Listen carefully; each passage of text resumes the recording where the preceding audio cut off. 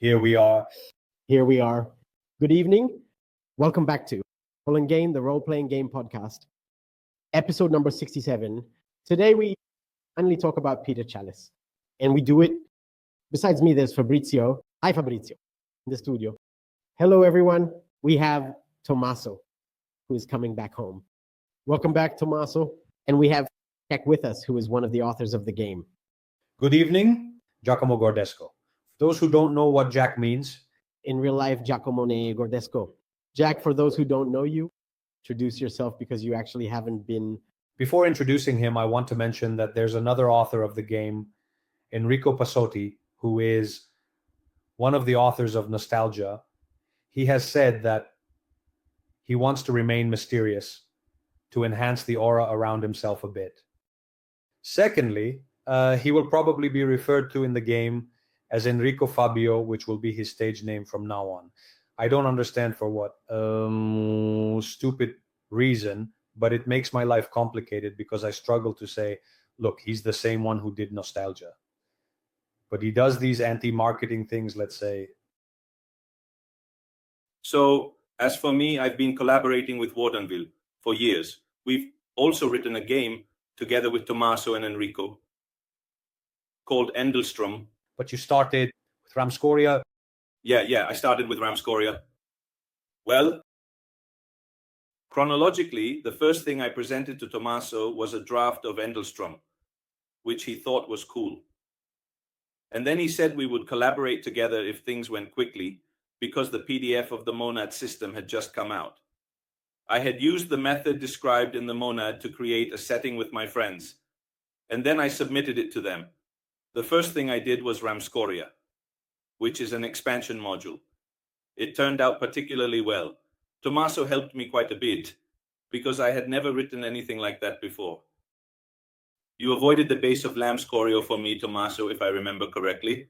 I don't remember how things went anymore. I found out because for those of you who have been following us for many, many years, you'll know that this isn't the usual room from which I record because I've just moved into a new house. In doing so, I threw away a lot of things, including the notebook with the first notes for Nostalgia, which also has a little drawing of what Ramscore was supposed to be like. So I assumed the idea was born in a certain way. And then we had you develop it. But honestly, it's been 7-8 years. It was 2016, 2017, I believe. We released it in 2017. We started talking about it in 2015. So it was 2017, 2018 because it was already out. We published it in 2017 and we started talking about it in 2015. So it was probably 2017 to 2018 because it had already been released. But. Yes, there was a very interesting basic structure, and then we developed some other things. There were ideas that Tommaso and Enrico liked quite a bit. And then we made Enstrom with a small adventure called In the Current.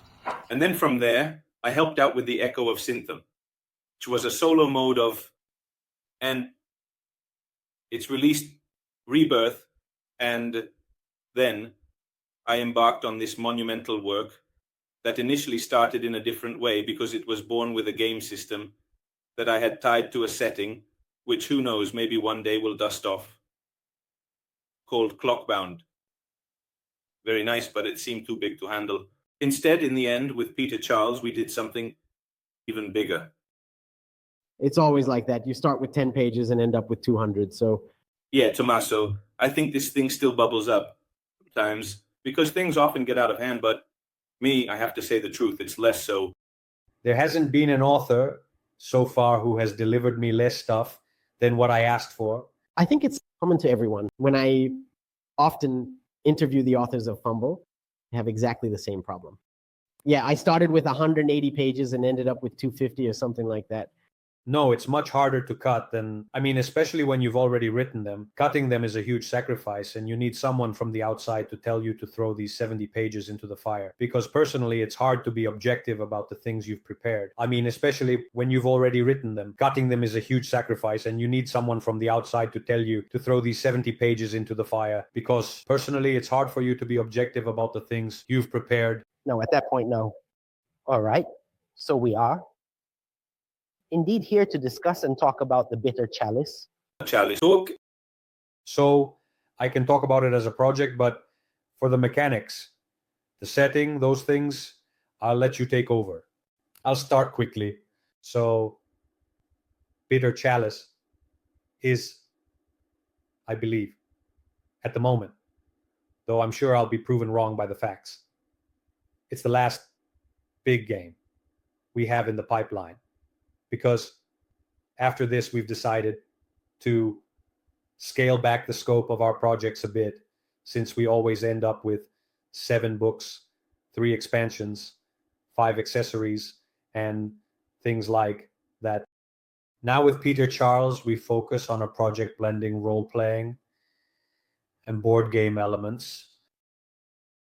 But it's a project that goes in a direction that we're interested in exploring, that of a bit of a hybrid with a board game. Before the torches and pitchforks come out, it remains a role-playing game, as we'll explain later, but it has elements that I believe Giacomo would call toy-like, meaning parts that, if we want to take an example, Blades in the Dark has some management aspects between one mission and another, if I remember correctly what they call them in Blades. The downtime.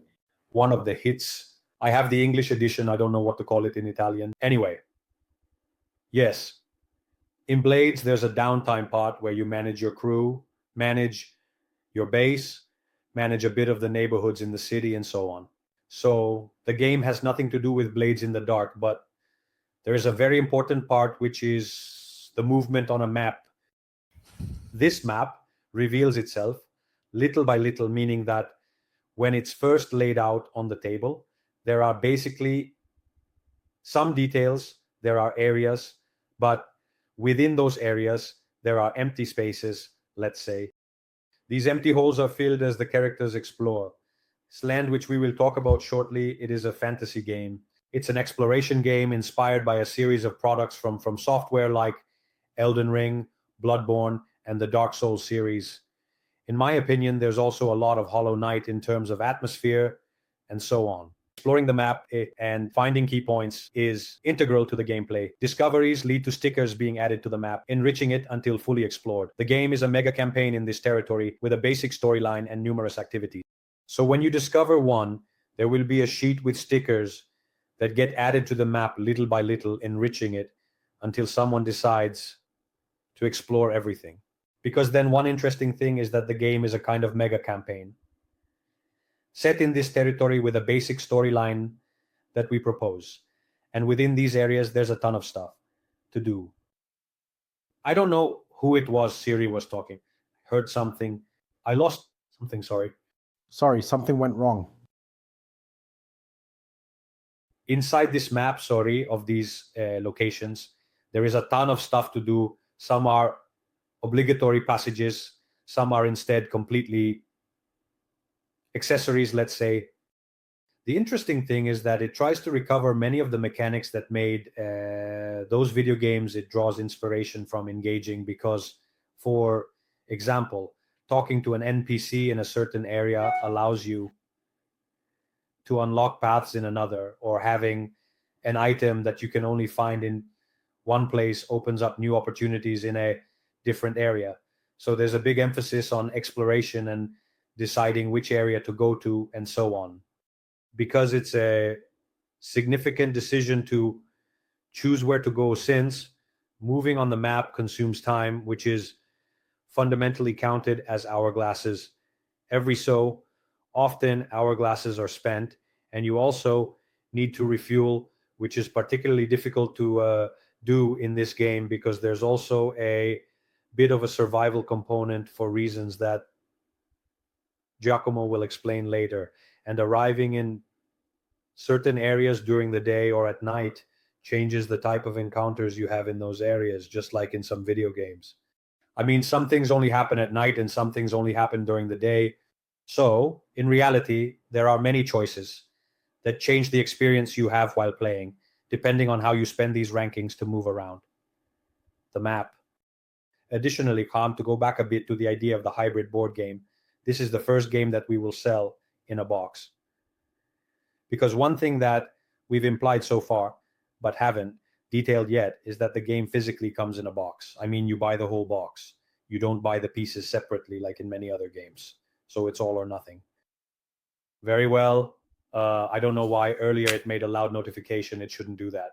Anyway, one thing that we haven't explained yet is that the game physically comes in a box. I mean, you buy the whole box. You don't buy the pieces separately like in many other games. So it's all or nothing. As for the digital edition, we decided to split it up in case someone just wants the introductory part, because the game will be divided into 3 books basically. There's the first one, which is an introduction that explains how to play with a sort of small parallel campaign that, as we imagine it, while playing, explains the rules. Okay? It's going to be called Escape the Mudfields. Bitter Chalice, Escape the Mudfields. Then there's the main game, which is Bitter Chalice, that has all the rules. And then there's a third book called The Urge of the Dust King, which contains a whole series of additional things to customize the campaigns. It has extra NPCs, a solo mode, and some other additional features. And we believe that the complete experience of Beat the Chalice is all 3 books separated. But technically, if you want to learn just by yourself, I mean, if you just want to play through 4 sessions, you can technically play just with Escape the Madfield.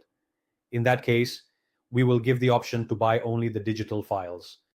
We evaluated that selling all digital files together as a package becomes very expensive, which people aren't used to. Buying 3 together won't be 20 euros, it'll be more. Digitally, people expect to spend less. If you want them separately, you can, but the complete experience is physical, with the map, stickers, and tokens. We believe the physical edition is the right way to play. If you live on Easter Island and can't have the box shipped, you can buy it digitally, print the stuff out, and that's that. And so that thing there was a bit strange because digitally people are used to spending less.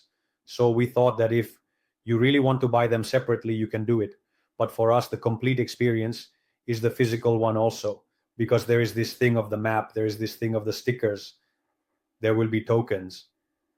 And so ultimately, we think that the physical edition is the right way to play. But if you live on Easter Island and can't have the box shipped to you, then at that point, you can buy it digitally, print the stuff out, and that's that. But for us, the real edition is the physical one. Then about other things, like how we will present it, because only in one language, which I think is what you want to ask me about, etc. We'll talk about that later. But I'll let Giacomo speak a bit regarding the setting, the rules, what he was trying to express as an author, so to speak. Okay. The main thing we wanted to do, as Tommaso said, I often use this term that sometimes gets looked down upon, which is toy-like, but I like it because when I run a session, I always include prompts. I always like to have maps. I like having something on the table that players can connect with in the theater of the mind. When we decided to make Bitter Chalice, as we gradually built it, we increasingly saw that there were these elements that fit perfectly with a board game. And the thought of wanting to represent the typical difficulty of the games we like. First of all, as Tommaso mentioned, the Souls-like games were a big inspiration, and then there was a significant influence from Hollow Knight and other indie games like Fear and Anger, which not many might know. But for me, they were very inspiring. But I want to clarify something, because when someone thinks of Souls-like games, myself included, I really like them a lot. But since I'm not very good at playing, they also make me curse like crazy. I mean, in this game, there's no mechanic where you try something, take a ton of hits, die, and then start back 100 kilometers before. You have to redo that part. That stuff isn't there. There are other mechanics inspired by the Souls games, which we can talk about later, like the tears and those things. Yes. No, okay. Also because it would be boring to do one part several times. There are mechanics, especially from the role-playing perspective, that aim to maintain a challenge, a bit more similar to the old OSR rather than a narrative, where things just happen and we tell a story, where the protagonists might struggle and face difficulties but eventually reach their goal. In this case, the system isn't punitive, but it does require an intellectual approach. Anyway, there's resource management to consider. As Tommaso said, the hourglasses need to be spent wisely. We want to represent a bit of the adverse environment, which also comes into play when we get into the role-playing aspect. And since the sources of inspiration are indeed the Souls games, you have enemies that have various phases. In one phase, they do certain things, and in another phase, they add new moves. So there are tactical choices that the group has to make during a fight to use synergies between the various classes available, or to avoid taking a ton of hits when it's not the right moment, or when to spend stress points that allow for better results with the dice, things like that. So it's a bit more tactical than other games we've proposed in the past. Anyway, there's resource management to consider. As Tommaso said, the hourglasses need to be spent wisely.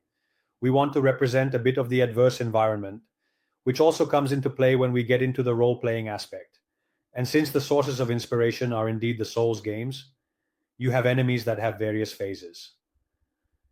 In one phase, they do certain things, and in another phase, they add new moves. So there are tactical choices that the group has to make during a fight to use synergies between the various classes available, or to avoid taking a ton of hits when it's not the right moment, or when to spend stress points that allow for better results with the dice, things like that. So it's a bit more tactical than other games we've proposed in the past, even though, I don't know, in Monadeco you have that choice to spend the Soma, etc. Here it's a bit more tactical compared to that.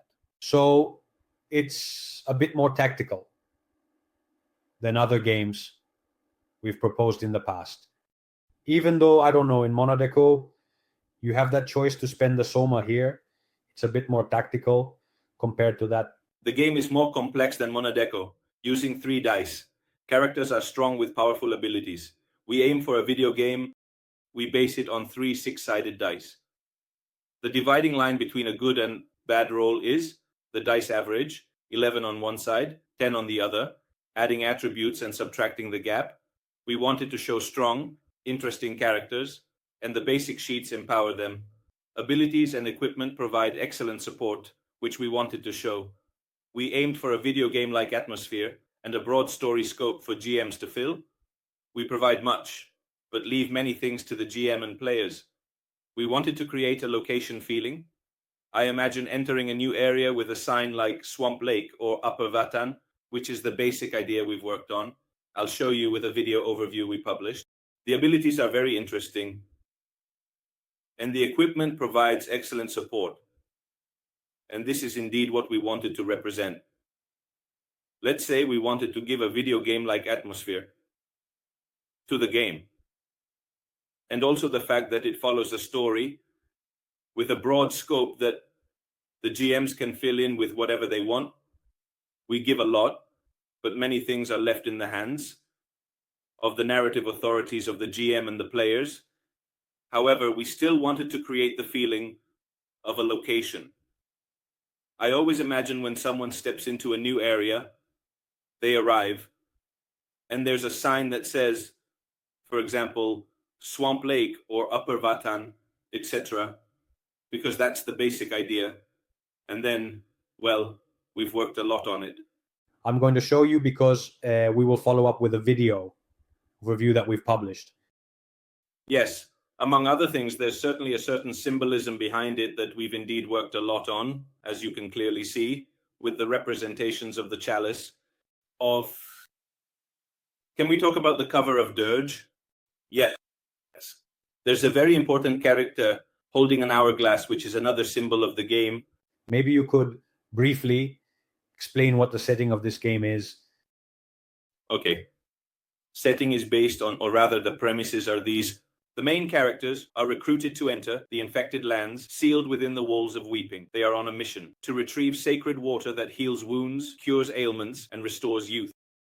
The Plague Lands is a place that has been sealed for a long time within these walls, which are called the Wailing Walls.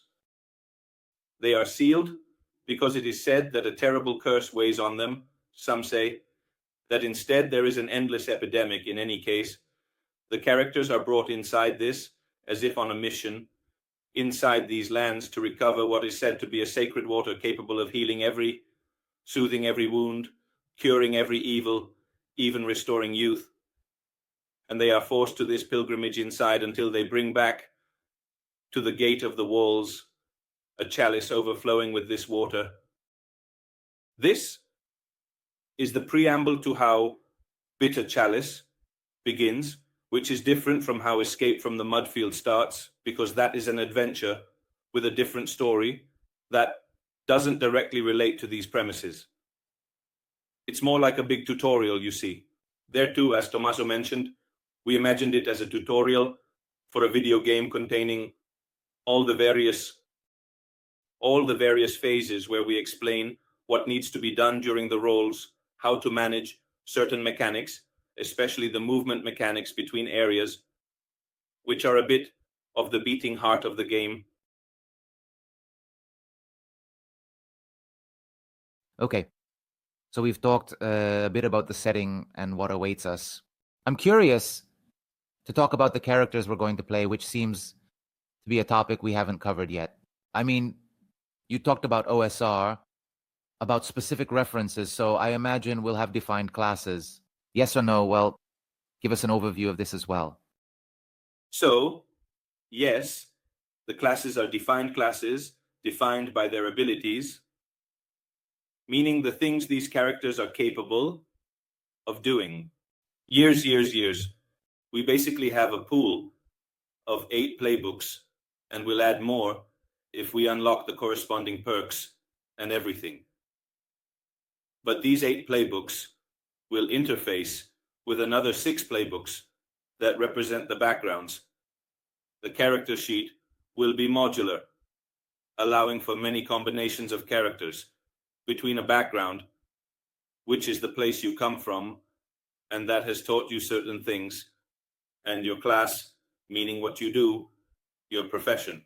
It's also fun because the 2 playbooks will be separate, and each player can draw from them during character creation to combine the class and the background, thus creating a unique character right from the start. Then there will be the assignment of characteristics, etc. But the basic playbooks, the basic classes are Alchemist, Condemned, Crusader, Inquisitor, Desecrator, Savage, Assassin, and Soldier in alphabetical order. We also already have the artwork done for these classes, and I must say that Henry has represented them excellently. Because we haven't talked a bit more about this, the artist illustrating the manual is Eric Conway. He's an artist we contacted on Instagram, basically. He has already worked with big names because he has done work for Wizards of the Coast. His stuff is in D&D. His stuff is in Magic, The Gathering, and he also has work in another board game called Veil of Fate, of which I believe 2 editions have been released. It took us a long time to find the right style for the game. We tried other things too, but in the end, we wanted something that was very different from Broken Tales. We wanted something that, I mean, you looked at it and thought, okay, this is a unique game. I need to pay attention.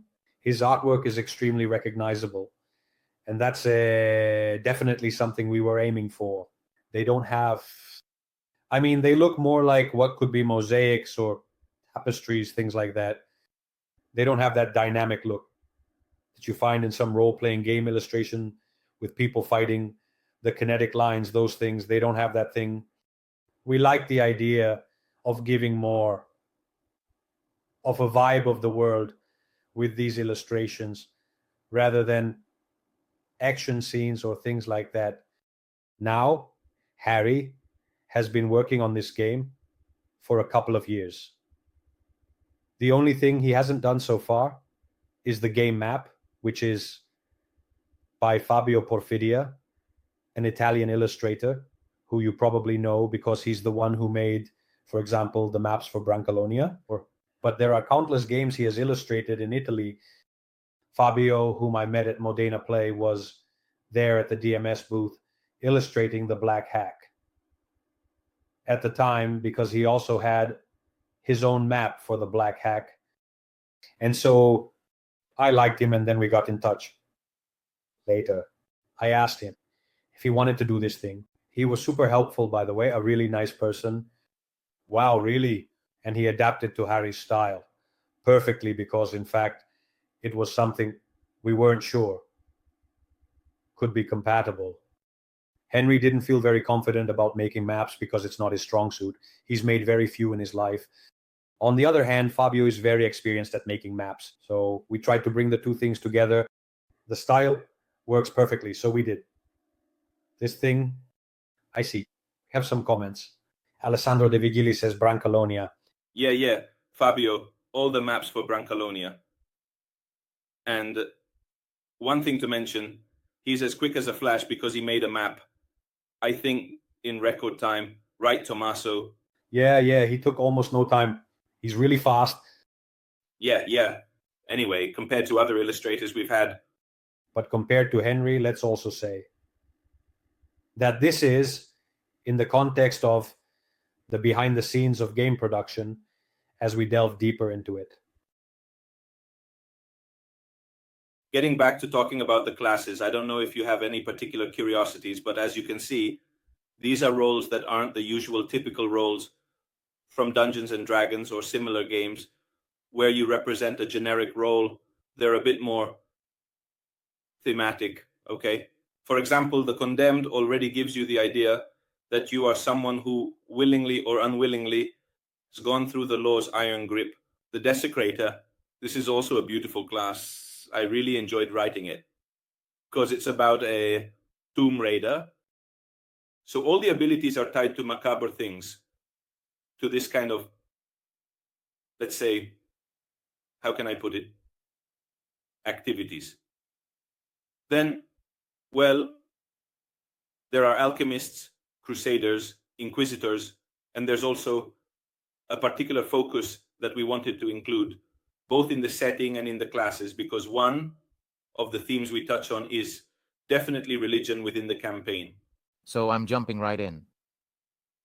I hope I'm not interrupting anyone because I wanted to take a step back. When Tommaso was talking to us about the illustrations that actually remind us of tapestries and mosaics, which, from what little we've seen, is true, and they immediately gave me the impression of being illustrations that are telling a story, right? A bit like what tapestries used to do. It's really the narration of a story, so this reminds me to ask a specific question. Why the choice to tell a mega campaign within the game? I mean, the choice to do it in the tutorial is something you often see within the landscape. Doing it maybe throughout the entire game is a less common thing. I have this curiosity. Where does this choice come from? So regarding how the illustrations tell the story, you'll understand it very well when you actually see the two covers of the core book and Dirge of the Dust King side by side, because they are complementary. I mean, when you put them together, they connect and feature two characters on each cover that are central to the story. The reason for making a campaign that already has a very strong, very established meta plot, I think also comes from the sources of inspiration. I mean, I know those worlds, for example, Hollow Knight, for those who have played it, have a whole story behind them that you understand better if you watch it on YouTube or while you play. But objectively, if you watch a video that explains the entire story of the nest, like the White King, Pale King, it's a risk, it's a risk, it's a risk, it's a risk. I mean, the story is really cool. It's a risk, it's a risky, it's a risk, it's a risk. I mean, the story is really cool. Then it's hard to understand while you're playing because it's all very cryptic. It is often very well told with things in the background too. I mean, you also have to pay attention to what you're doing while you're hitting the bosses. We like the idea of having an ancient world with a story that has been going on for ages. The characters find themselves in the middle of this chaos that's happening where this city has gone mad. All the food has basically turned bitter, hence the term. Bitter, and those who eat it trying to nourish themselves and quench their thirst essentially go insane and become a kind of, I mean, at that point, you also start to consider things like cannibalism, drinking blood, and so on. So there's all this kind of stuff. I mean, At that point, you also start to consider things like cannibalism, drinking blood, and so on. So there's all this kind of stuff going on. We like the idea of having a strong story that serves as the backdrop for all the events. This game stands out with a strong story and many detours, unlike others where you create the story. In The Dust King, you get path suggestions based on campaign length. There is a strong story here with many possibilities to tour from, different places, but basically there is a line to follow from beginning to end. One thing you'll find in The Dust King are suggestions on the type of path to guide the characters, depending on how long we want this campaign to last, because it's not necessary to explore the entire map to reach the end. But if someone wants to understand all the stories, meet all the characters, and grasp all the side quests, then there will be the complete path, the quick one, and the intermediate one, basically. So these are more like GM tips on what to happen when, if you want to have fewer sessions or if you want to have more. So the game also has a certain flexibility in this sense. If someone does everything we had calculated with Giacomo, what 40 sessions in a certain year. Oh, yes. A long campaign if someone wants to do everything and also role play in the meantime. 40 sessions are about 10 years of gameplay, more or less. Here, look. Sessions are about 10 years of gameplay, or less. The super short version can be managed in about 10, I think. Yeah, a maximum of 10, 15. So let's say the choice was driven by the desire to change this trend of only providing large settings where characters essentially play in sandbox environments. In the end, I'm of the philosophy that if someone likes the rules, likes the classes, and wants to do their own thing with that stuff, that's something they'll do anyway. In the end, you create the setting yourself. If you like the system, if it intrigues you, you can still use it to do whatever you want. If you have strong base ideas, you can reskin them however you like. And that requires a bit of work. But if someone wants a story we didn't want to provide, the usual campaign that, how can I put it, isn't tied to the setting, but rather overlaps with it, nor did we want to give a setting where you read it. And then, in the end, the surprises have to be invented by the GM because either it never goes into specifics, or if it does too much, in the end, it's still the same because the GM has to reinvent everything. This is a campaign that lets you experience the story of this world. It's not just a random campaign set in that world. It's practically the campaign of the world's history. Okay. I mean, the story of Vatan, of that area there, let's say. And so it's a bit more specific compared to the usual, where even in D&D you have campaigns, but they're never really central to the development of the entire setting. Yes. The idea is that I'll interrupt you for a moment. You made me think of something. Indeed, most of the time when you buy modules or campaigns, they are stories set within the world. They might have some repercussions on something larger. But one example that comes to mind is in Legend of the Five Rings, where they created campaign settings that advanced the story of the world because they followed what was happening in the card game and in the tournaments, of course. So everything is already written and romanticized. But they really anchored these campaigns to play through those periods that advanced the story. So that reminded me a bit of this. Here, you play with the main characters who are at the center of this whole story, and you engage with the main element that is at the heart of Vatan, its curse, etc., which is the sacred water. And so it's a bit different from a campaign that overlaps with a pre-existing world. Here, it's really that thing. And I think after 40 sessions anyway, and thank you. That's something we'll consider. I'm sure they'll say, I wish to do my things in it, as the material isn't enough to run 40 sessions. And what do you do? Next, we'll evaluate it. We're going to run a campaign. We'll see. We set some stretch goals, and we'll also listen to what the community is keen on. If they're keen on material or guidelines to add their stories, we can discuss that. Then we will evaluate, because in any case, now we will run a campaign. We will see how it goes. We have some stretch goals in mind. Then we will also listen to what the community is interested in. If she is interested in having some material or guidelines to introduce her stories, her things, we can certainly discuss. But look, if the concern is that there's not enough material, definitely don't worry about it. Yes, in fact, we've had plenty to work with to ensure everything is created to be as atmospheric as possible. And simply having a location means that you might want to visit it during the day, and then maybe you want to check it out at night because you've discovered that something happens there at night. That's totally doable. Now, I see that from the chat, Alessandro De Vigili is asking how long the campaign lasts in Batman. I think he doesn't mean in Batman, but probably Bitter Chalice. So, as we said, the duration is flexible depending on how much the group wants to explore. In my opinion, it ranges from a minimum of about 10 to a maximum of around 40. There's enough material to comfortably play for 2 years. Then not all groups can do it. Some prefer to wrap things up in a shorter time. So you do a quick run in. A sense. Maybe you start as a completionist, and then at some point you become more interested in just the main plot and focus on that. I think it can happen, yes, but then it's clear that it depends on how much the group wants to explore. So maybe at first they start exploring everything, and then they say, look, guys, I'm moving to Chile in 3 months, and we need to wrap this up. Okay, that's fine then. You know, there's a way to just follow the main story. We want to provide material to give more replayability.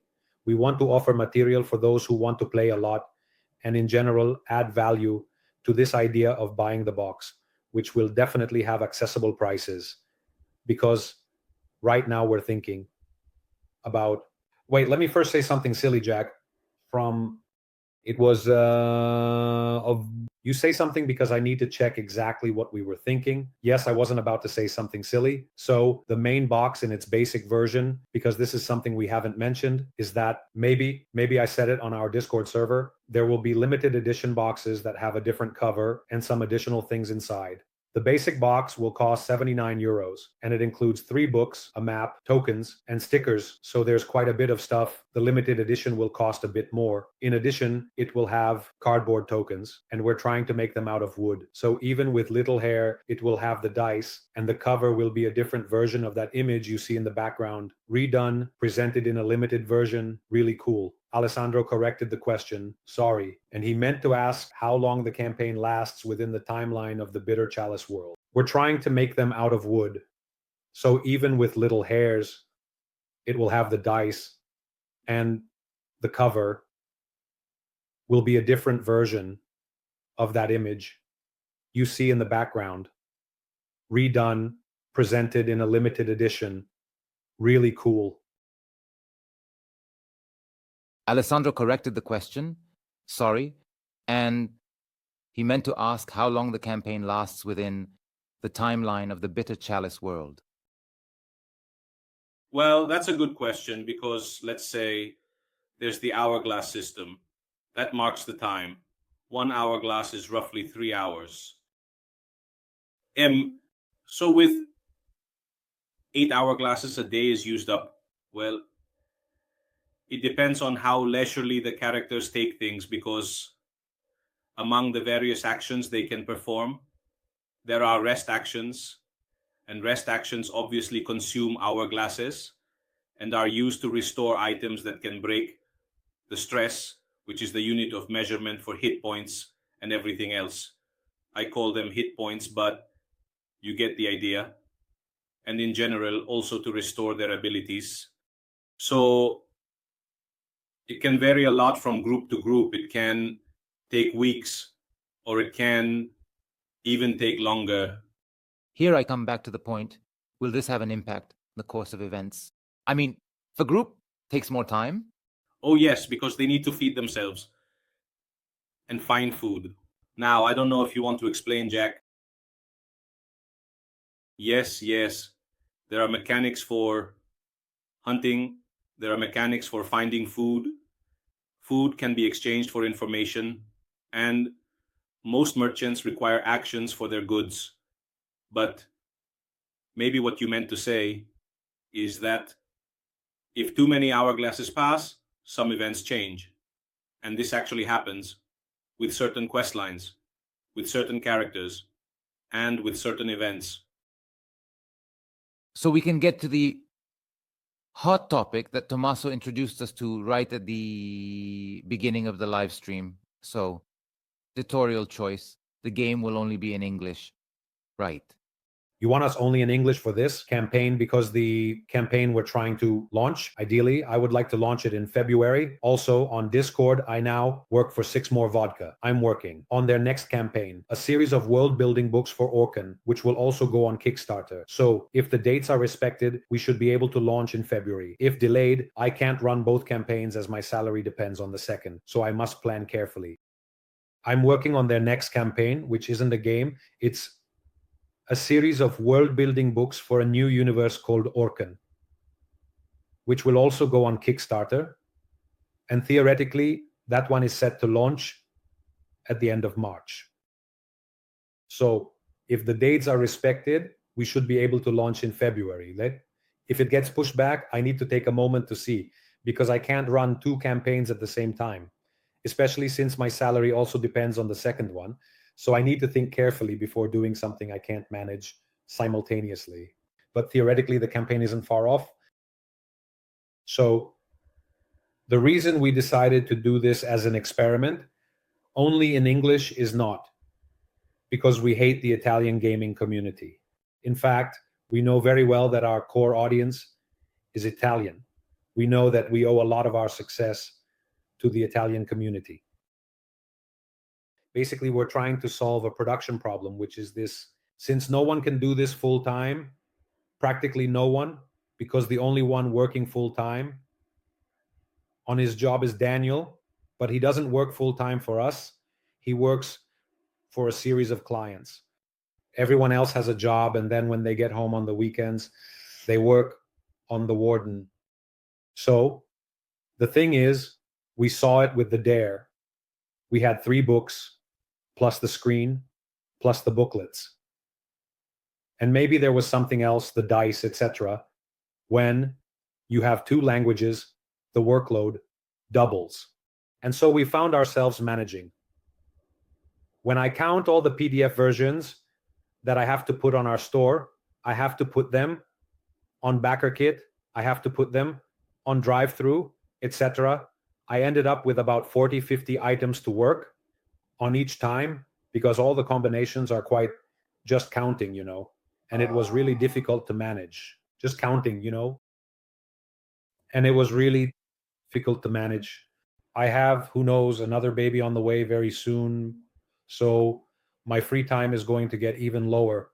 So basically, we decided to try this experiment, focusing on the English version, which I say without much mystery. I've always talked about it, even on Discord. It's the version that actually allows us to keep the company's finances in check, because it's no secret that sales from just the Italian market aren't enough to cover the costs of making these games. So focusing on a single language version allows us to do all the layouts in just one language, prepare them completely, deliver things only in one language, and do updates only in one language instead of having them in 2 languages, which also takes double the time every time. And basically, we know that it's a constant in our campaigns that about 19% of the backers are Italian. That means 81% is not Italian. Now, the work is almost, if we exclude the unchanged image part, The Italian editions account for about 50% of our work, but only 19% of the backers, which isn't exactly 19% of the revenue because the Italians who join are also quite generous, let's say. But the fact remains that 81% of the customers are not Italian. So we decided to first focus on that version, finish it, and then see how things are, and think about an Italian edition later.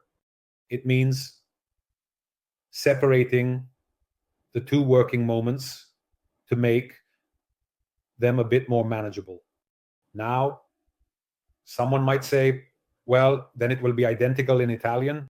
The truth is, we don't know because it depends a lot on how the campaign goes. For example, the limited edition that will be available will only be in the campaign because it's a unique print run that we're doing for that box. And unless I find a way to reuse those boxes for a potential Italian edition, it will probably only be available during the campaign.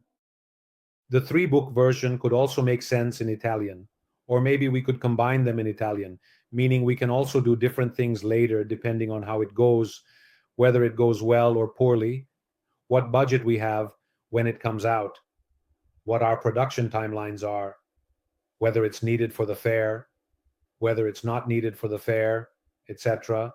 I invite all our followers, especially English-speaking Italians, to support our campaign. Your contributions, minus Kickstarter fees, directly help us. At fairs, much goes to distributors. Please don't avoid buying to protest the lack of an Italian edition. What you give in the campaign, after deducting the Kickstarter fees and all those expenses, stays with us, while when we go to fairs, a lot goes to distributors, etc. Then, here's one thing I invite people not to do. Don't say, no, I'm not going to buy it. So you learn not to make the Italian edition. Because by doing this, you're basically harming us. And then it's not guaranteed that we'll make other games, because if things go badly, then they go badly. You know, it's not, I mean, we are, sorry, Jack, let me finish this thing here. We're always one game away from closing. In the first game, which is going very badly for us, we don't have a buffer of security that allows us to play 5-6 games that go badly. One is enough. Luckily, the ones we did went well. But I hope that no one who is over 5 years old makes that argument. Then, one thing I wanted to say is that if you support us in the English campaign and you're Italian, when we do the Italian edition, which is planned, unless the English edition goes really poorly, we'll also provide you with the PDFs in Italian. So if you already have a grasp of English, you know that at some point you'll also receive the PDFs in Italian. We can't manage more than this. At least we want to see how it goes, because if it works out in the end, this is probably how we'll continue in the future, meaning we'll do separate editions. But it's not set in stone, because if at some point I can dedicate myself to this full time, then maybe I'll find the time to handle all this material. As I mentioned before, we're also looking at some smaller projects for the future, because this thing of releasing 3 books every time is starting to become too heavy. But that's not certain, because if at some point I manage to dedicate myself to this full time, then maybe I'll find the time to handle all this material. Then, as I mentioned earlier, we're actually looking at some smaller projects for the future, because this thing of releasing 3 books every time is starting to become too heavy. It seems quite clear to me. I wanted to add a little something to what Tommaso said, which is to imagine how much we want to share a product. No, also because it is written in Italian, that is, they are writing it. But beyond that, so sharing it with people, because in the end, let's be clear, when someone writes a game, they like it to be played. It's not just...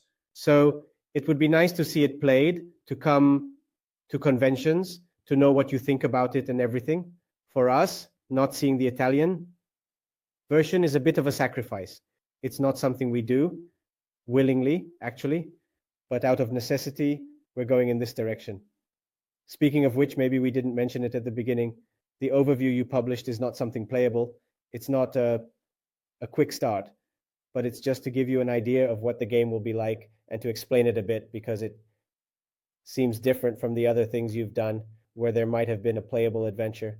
because I remember you mentioned that if we had done it, we would have ended up with something massive and we would have had to cut out essential parts and it just wouldn't have worked. It wouldn't have been the same game. I think this is a brave choice precisely because I remember you talked about it. You said that if we had done it, we would have ended up with something massive and we would have had to cut out essential parts and it just wouldn't have worked. It wouldn't have been the same game. I think this is indeed a brave choice precisely because. So, Rick, I want to tell you that I've seen we're not the only ones because, for example, the guys from Two Little Mice for their new household game, the one about the garden, they didn't do a quick start. They made a new video. So I think it could also be a trend that might catch on. In our case, it was a necessity that turned into a virtue because the quick start was actually written, and there were even more versions written, too, if I remember correctly. But I call it the long start because once it was formatted, it came out to 120 pages, which is just an absurd amount of material. I mean, for us to work on, translate, format, etc., but also for the reader, because if you give someone 120 pages, I think it's less likely they'll actually read it compared to something that's 40 pages. So it would have been a lot of work for probably less feedback. So it didn't make sense for us. All the material that was written for what was the quick start will be an escape the mud field, rearranged in a certain sense because it was initially conceived as a quick start with 50 pages of rules at the beginning and then the adventure part. But I don't like this approach anymore because it's too much information given at the start, including rules that you might not actually use in the Kickstarter part and so on. So now we're trying to rewrite it so that you don't have 50 pages at the beginning. Instead, the rules are explained as you actually need them in the game. They do this thing, for example, in Agents of Dune, which I have somewhere over there. It can be done. Fabula Ultima does it. And I believe the quick start for Wildborn does it too. So this can be done. It basically turns into a big tutorial. It becomes a better approach than giving you 1,000 pages of rules, which, in the overview, we touched on some rules just to show you that the game exists. We wanted to show something, but then it actually became too much material that might end up being wasted because, let's be honest, some people play the quick start, but a lot of people just download it, flip through it, and then say, yeah, I'm interested, or no, I'm not interested. Why am I giving you 120 pages, full book? Doesn't make sense. Completely understandable, absolutely and totally understandable. Completely understandable. Okay, We're running out of time. I know you have limited minutes. I'm pretty much out of time. Now, I don't know if you want to dive deeper into something. It seems like we've talked about a bit of everything. Game, mechanics, story. So, do you think we've forgotten anything at this moment that might interest our listeners? It's time for the Marzullo question, which you're implicitly asking. So if there's anything else we haven't asked you, but that you need to tell us. Maybe Jack can quickly explain what the conflict at the heart of the whole story is, like Eden, Lurias, etc. How to summarize it without giving spoilers? Let's say that when we write personally, when I write, I always pose a dramatic question, the main dramatic question of the work. I've always set up the game, how can I put it, as a critique. So I think the underlying theme of Bitter Chalice is better discovered by the players themselves, allowing them to form their own idea about it. But the game is largely about power, essentially about how to manage power poorly or well.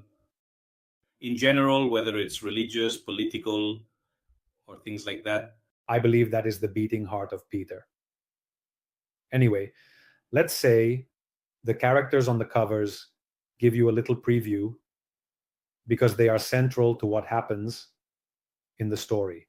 Then, if anyone comes from nostalgia, Enrico has made a big contribution.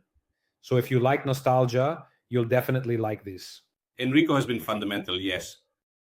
as a fan from the very beginning, these are things that actually. So Enrico Fabio is the same Enrico from Nostalgia. Enrico Pasquale. Because Fabio is his middle name, I mean, it might not even be made up. It sounds perhaps a bit like the name of a hairdresser, indeed, somewhat. All right.